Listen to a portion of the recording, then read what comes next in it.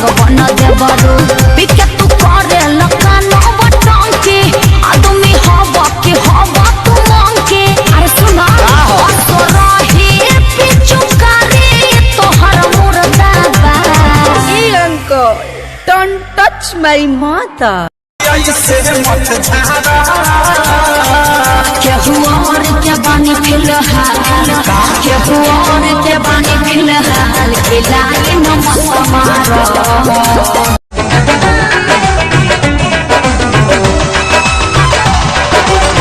jeans छोड़ के PAN हंसा मार ना तालो गावाला चार हो जाई जींस छोड़ के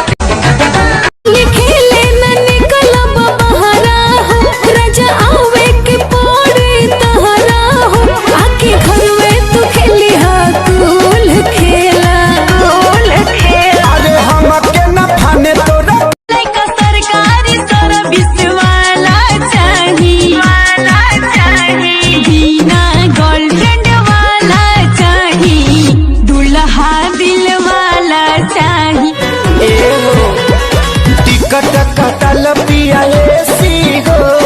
भले लगी पैसा बेसी हो चल ले जाई बढ़िया से मैंने तुझे यूज किया थोड़ा कन्फ्यूज किया बैलेंस ड्यूज किया अब कहूँगी यू कैन गो जोरे जो जो जो जो जो जो जो जो जोरे अच्छा ऐसे कहे देखो रहो जैसे देखो ना पहले लगातार तुम्हें जो में पिया लगे नशा बड़ा कहले धीरे से डाली न तो जान जाई कोई कोई कोई जीजा हो जीजा जीजा अरे जीजा हो जीजा दर्द बड़ा हुई कभी प्यार से बुलाना एक बार कभी भूल जाओगी कभी प्यार से बुलाना एक बार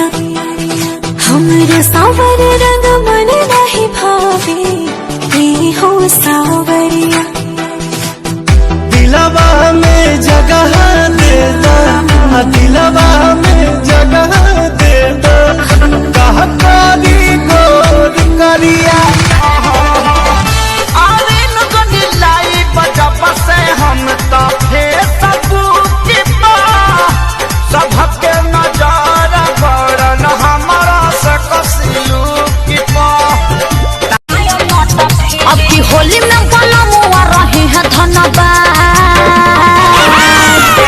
ए भौजी जानी